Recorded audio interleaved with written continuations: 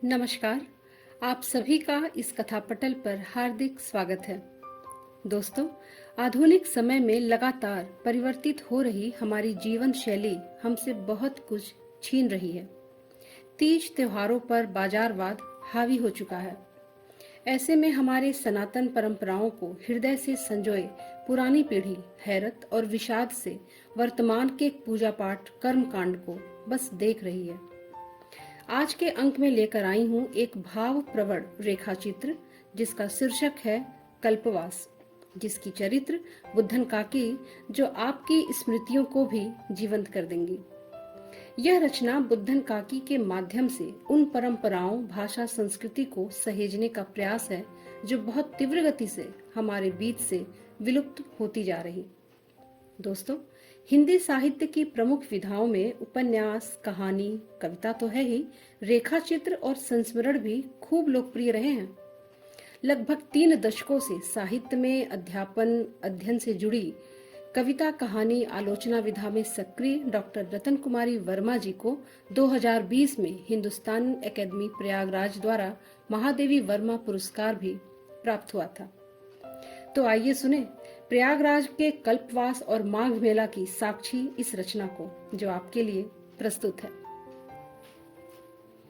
जाड़े की गुनगुनी धूप में दुआरे पर मचिया पर बैठी बुद्धन काकी छोटी सी सिकुहली बुन रही थी। सरपत की मूंज का खूब अधिक बल्ला बनाकर रखे हुए थी।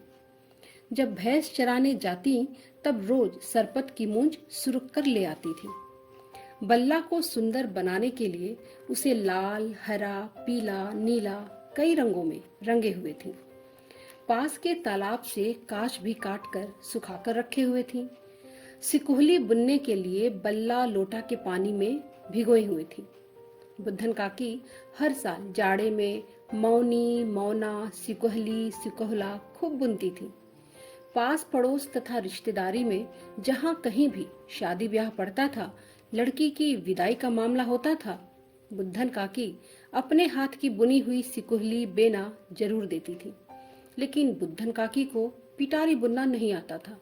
इसलिए छोटी बहू से बोली कि अब की बार जब मायके जाना तो विदाई में साथ एक पिटारी जरूर ले आना। अपनी अम्मा से कह दो कि वह अभी से पिटारी बनाना शुरू कर दें ताकि वो जल्दी से पूरी हो जाए।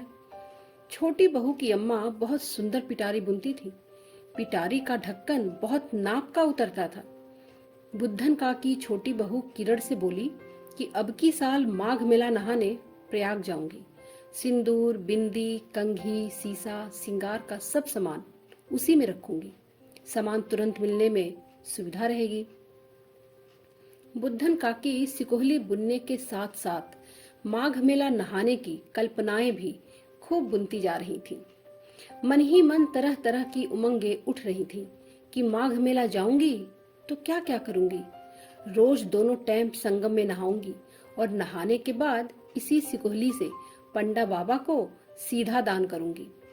साथ में 5 रुपए प्रतिदिन दान करूंगी। हफ्ते में 1 दिन सीधा के साथ 11 रुपए दान करूंगी। पूरे 1 महीना कल्पवास करूंगी। मेरी मनोकामनाएं पूरी हो जाएंगी। माघ लगते ही माघी पूर्णिमा को पहुंच जाऊंगी। अपने गुरुजी चिन्मयानंद बाबा से कह दूंगी कि मेरे कल्पवास के लिए एक टेंट की व्यवस्था कर दें। बहुत सारी कल्पनाएं लिए बुद्धन काकी फूले न समाती थी। ज्यों ज्यों माघ मेला के दिन नजदीक आ रहे थे, त्यों त्यों उनकी तैयारियां जोर पकड़ती जा रही थीं। 1 महीने से विधिवत तैयारी में जुट गई थीं। गुरुजी से सब पूछ लिया था कि क्या क्या ले जाना होगा। गुरुजी के बताने के अनुसार पूजा सामग्री में गणेश लक्ष्मी की छोटी छोटी मूर्तियां, भगवान शंकर पार्वती का छोटे गणेश के साथ सीसा में मढ़वाई हुई फोटो, राधा कृष्ण की फोटो रख लिया। साथ ही हनुमान जी की भी फोटो रख ली कि सुमन के बाबू को पूजा करने के लिए हनुमान जी के फोटो की भी जरूरत पड़ेगी। साथ में अक्षत, हवन सामग्री, पिसी हल्दी, रोली, अगरबत्ती, रुई, दिया, सलाई, घी, गुड़, तिल, सिंदूर अलग अलग डिब्बी में करके रख लिया। भतीजे गुड्डू की शादी में जब मायके गई थी तब भाभी ने बहुत सुंदर सी साड़ी विदाई में दी थी। बुद्धन काकी ने उस साड़ी को सहेज कर रख दिया था कि जब माघ मेला जाऊंगी तब वहां पर नहाकर पूजा हवन कराऊंगी, तब यही साड़ी पहनकर कथा सुनूंगी। बाकी और भी कई नई साड़ियां इधर उधर से इकट्ठा कर रखी थी। जहां कहीं शादी ब्याह के न्योते में गई थी, सब इकट्ठा करती जा रही थी। गुरुजी को सेजिया दान का भी सब सामान इकट्ठा कर रखा था। गौदान की भी व्यवस्था कर ली थी। पुआल, गद्दा, रजाई, लकड़ी, राशन, सब्जी, सिलेंडर, सब सामान तैयार कर लिया। माघ मेला शुरू होते ही सब सामान ट्रैक्टर पर लाद कर बेटा और बहू के साथ प्रयाग की रेती पर पहुंच गई। रास्ते में आते समय अन्य कल्पवासियों को भी सामान से लदे फदे आते देखकर अत्यंत हर्षित हो रही थी। माघ महीने की सर्दी में कड़ी ठंडक की कोई परवाह न थी। मन में उत्साह इतना अधिक था कि अंदर के ताप से बाहर की सर्दी भी गर्मी में बदल जा रही थी। छोटी बहू की अम्मा ने समय से पिटारी पूरी करके भेज दी थी। साथ में सिंगार का सब सामान भी भेज दिया था। अपनी तरफ से दान करने के लिए 51 रुपया भी भेज दिया था। पिटारी पाकर बुद्धन काकी बहुत खुश लग रही थी। बुद्धन काकी अपने टेंट में पहुंचते ही पंडा बाबा से मिलकर सब व्यवस्था कर ली। सबसे पहले टेंट के एक कोने में सोने के लिए जमीन पर पुआल डाल दिया। उसके ऊपर सफेद बोरा बिछा दिया। फिर उसके ऊपर गद्दा और चादर बिछा दी। रजाई, तकिया, सिरहाने रख दिया।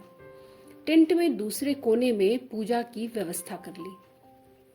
साथ में लाई हुई सभी मूर्तियां एक लकड़ी की चौकी पर सजाकर रख दी। पूजा की सामग्री बगल के डाली में रख दी। टेंट के एक कोने में रसोई घर की व्यवस्था कर ली।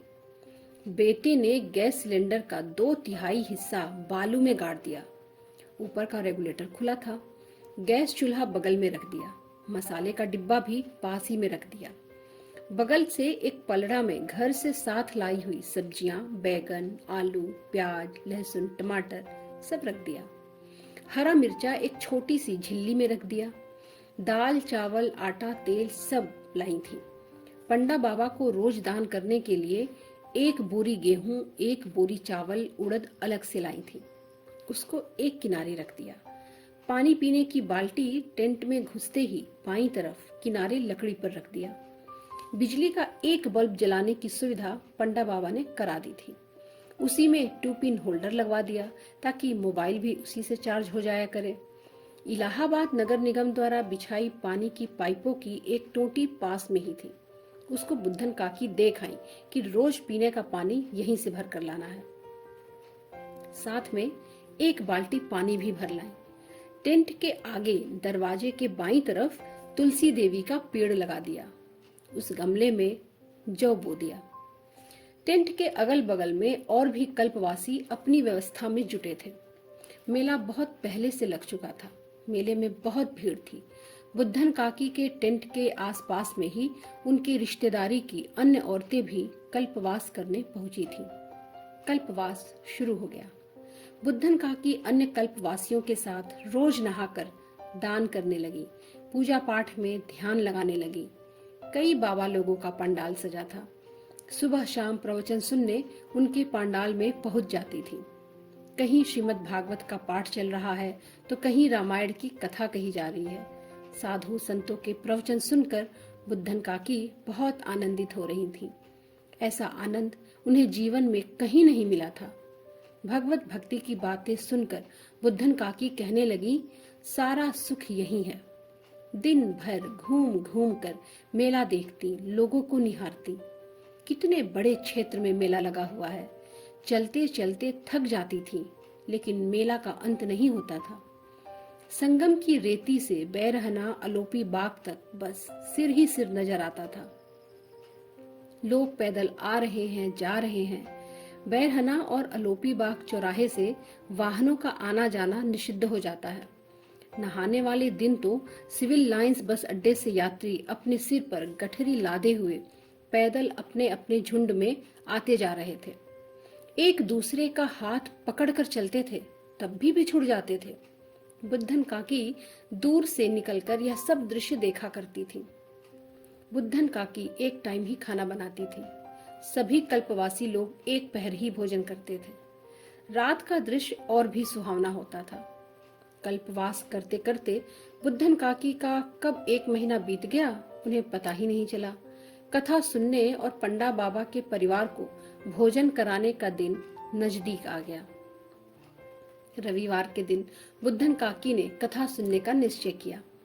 पूजा की चौकी सजाई। अपने टेंट के आगे जहां पर थोड़ी सी जगह थी वहीं पर 4 कोने पर 4 केले का पत्ता गाड़ दिया। रंगोली सजाई। बहुत ही ध्यान मग्न होकर सुमन के बाबू के साथ कथा सुनने लगी। कथा में सभी नात रिश्तेदारों को भी निमंत्रित किया था। सभी लोग समय से पहुंच गए। सभी ने कथा सुनी, कथा का प्रसाद ग्रहण किया। इसके बाद सेजिया दान का कार्यक्रम हुआ। पंडा बाबा को सेजिया दान के लिए चारपाई बिछाई गई। उस पर गद्दा, चद्दर, तकिया, रजाई रखा गया। उस पर पंडा बाबा तथा पंडिताइन बैठे। पंडा बाबा को नया वस्त्र, कुर्ता, धोती, अंगोछा, स्वेटर, बनियाइन आदि दान किया गया। पंडिताइन को भी साड़ी, ब्लाउज, चूड़ी, बिंदी, ऊनी साल दिया गया। बुद्धन काकी ने बड़े मन से दान किया कि मेरा अगला जन्म सुधर जाएगा। पंडा बाबा तथा पंडिताइन दान में प्राप्त नए वस्त्र धारण कर फिर से जिया पर बैठे। बुद्धन काकी ने पंडा बाबा और पंडिताइन को स्वर्ण दान में 1-1 सोने की अंगूठी पहनाई। साथ में 1001 रुपया भी दान किया। कथा में छोटी बहू के माता पिताजी भी आए हुए थे। उन्होंने भी पंडा बाबा तथा पंडिताइन को वस्त्र एवं पैसा दान दिया।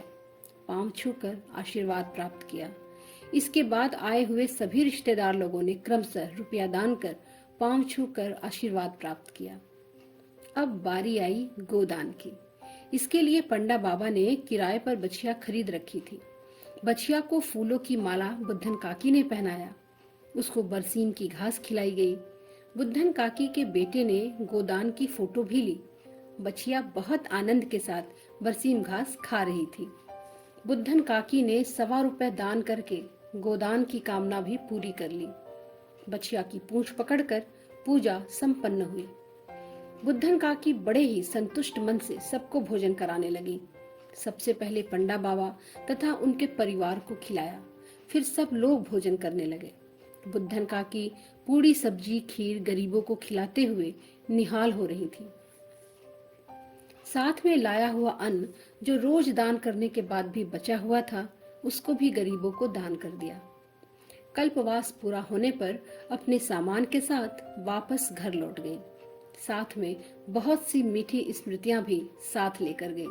अपनी सखियों, सहेलियों, रिश्तेदारों, पास पड़ोस में सबको देने के लिए प्रसाद भी ले गई।